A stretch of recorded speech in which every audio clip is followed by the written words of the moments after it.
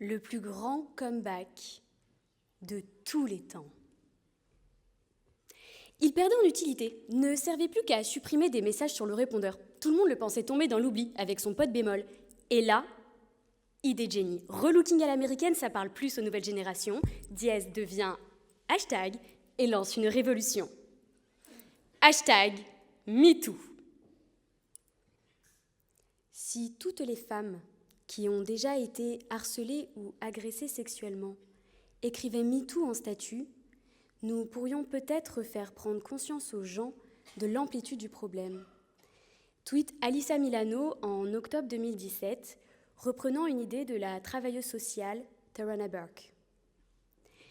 Le numérique, et plus particulièrement ce réseau social ayant désormais changé de nom, de logo, de couleur graphique et politique, a permis aux femmes d'exposer au monde les violences qu'elles subissent massivement et au quotidien.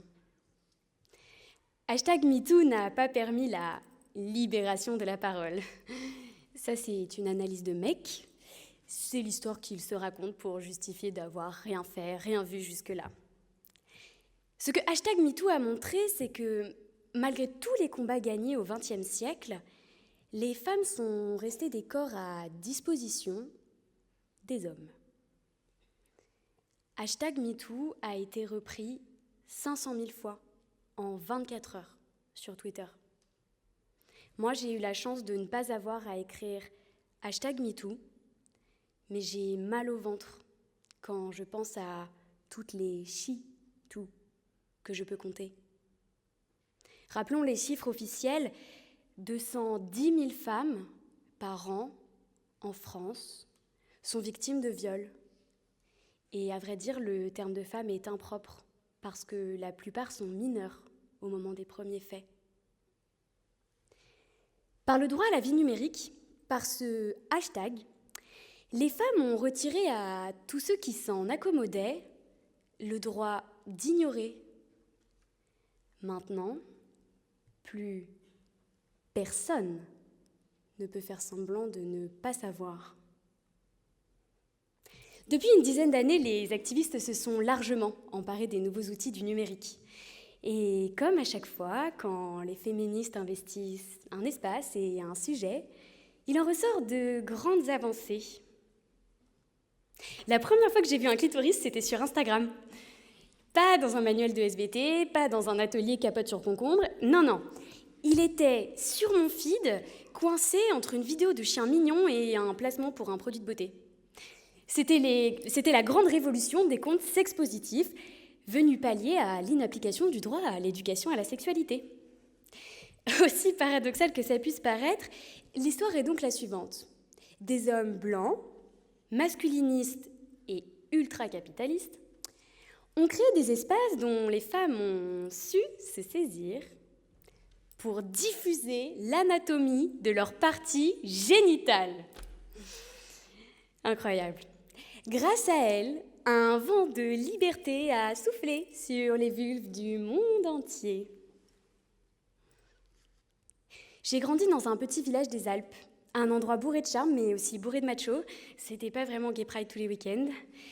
Alors, ma première expérience du féminisme, c'était sur les réseaux.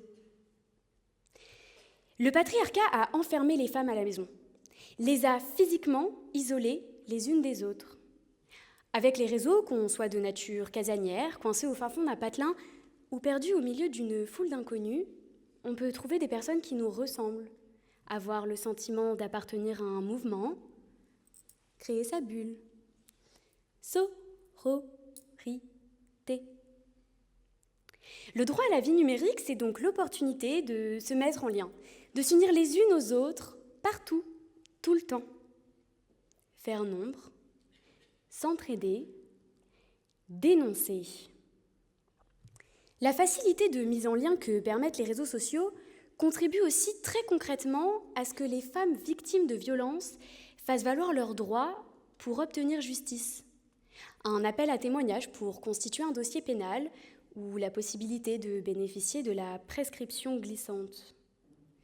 Ce sont des sœurs de plainte, des sœurs que la vie donne et que peu d'histoires racontent.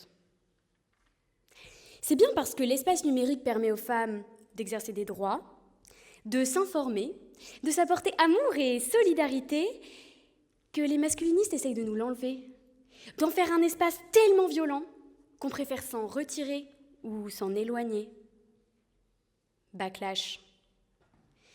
Si le développement du numérique a pu faire naître l'espoir d'une opportunité d'instruire, de sensibiliser, c'est aujourd'hui l'éducation par le mauvais exemple qui semble régner. Propos misogynes décomplexés, humiliation, sextorsion, cyberharcèlement, appel au viol, pornocriminalité. La liste des violences en ligne est longue. J'aimerais ne pas avoir à dire un jour « c'était mieux avant ». C'était mieux avant quand Internet ne constituait pas précisément une atteinte à tous les autres droits des femmes. Car n'est-ce pas une atteinte aux droits des femmes à disposer de leur corps que de diffuser massivement les photos de leur intimité? Ne sont-ils pas menaçants, ceux qui dirigent la censure contre l'emploi du mot viol? Mais non, que faire de ceux qui entravent notre droit d'avorter? Ne relève-t-il pas d'une extrême érotisation et d'une dangereuse banalisation que les contenus pornographiques soient ceux qui apparaissent en premier quand dans la barre de recherche on tape « inceste » ? N'est-ce pas restreindre, voire anéantir, la liberté d'expression des activistes que d'utiliser le bouton « signaler » pour organiser des raids à leur encontre? D'ailleurs, mes co-candidates et moi, nous, les sœurs d'éloquence, subirons peut-être leur cyberharcèlement, leurs insultes misogynes, leurs menaces, parce que ce soir, nous aurons chacune osé prendre la parole pendant 8 minutes. Et la rhétorique sera toujours la même. Tu t'es exposé, tu l'as bien cherché. Quand un homme parle, il est attendu. Quand une femme parle, elle désobéit. Ça demande un courage immense dont aucun homme n'aurait besoin. Je vous invite donc à liker cette publication quand vous la verrez. Vos messages sorores seront également appréciés. L'espace numérique n'a donc rien de virtuel au sens de quelque chose en état de simple possibilité. Les hommes ont bien compris que leur droit à la vie numérique est une nouvelle corde à l'arc de leur haine des femmes. Elles sont 27 fois plus à risque que les hommes de subir du cyberharcèlement. 85% d'entre elles ont été témoins de cyberviolence à l'égard d'autres femmes. 38% ont personnellement subi des violences en ligne. L'espace numérique n'est donc qu'une extension, une pièce de plus où se jouent les mêmes réalités. Un autre bout de terrain que les femmes doivent conquérir parce qu'elles n'y sont naturellement pas les bienvenues.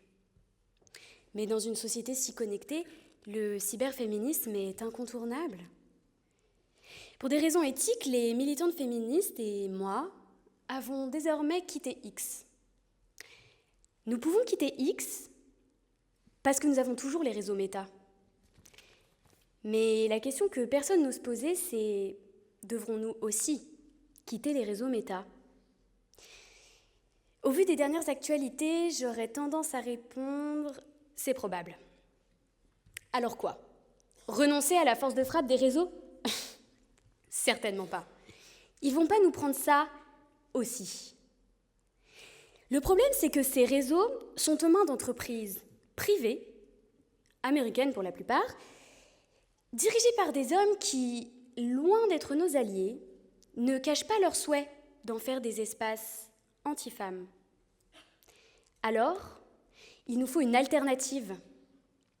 Ce message s'adresse donc à celles et ceux qui ont un pouvoir de décision, ici et à Bruxelles.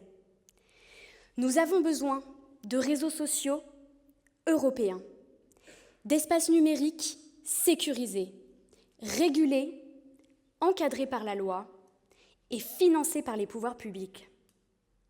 Des réseaux sociaux construits sur des valeurs progressistes et démocratiques. En guise de conclusion, j'aimerais reprendre les propos d'Adèle Haenel. Ce qui nous répare, c'est de changer le monde. Alors, faisons comme Dièse. Lançons une révolution. Hashtag Youstagram, hashtag Outstagram, hashtag Why, Y, hashtag What's New. Laissons libre cours à la créativité, mais façonnons les réseaux sociaux de demain.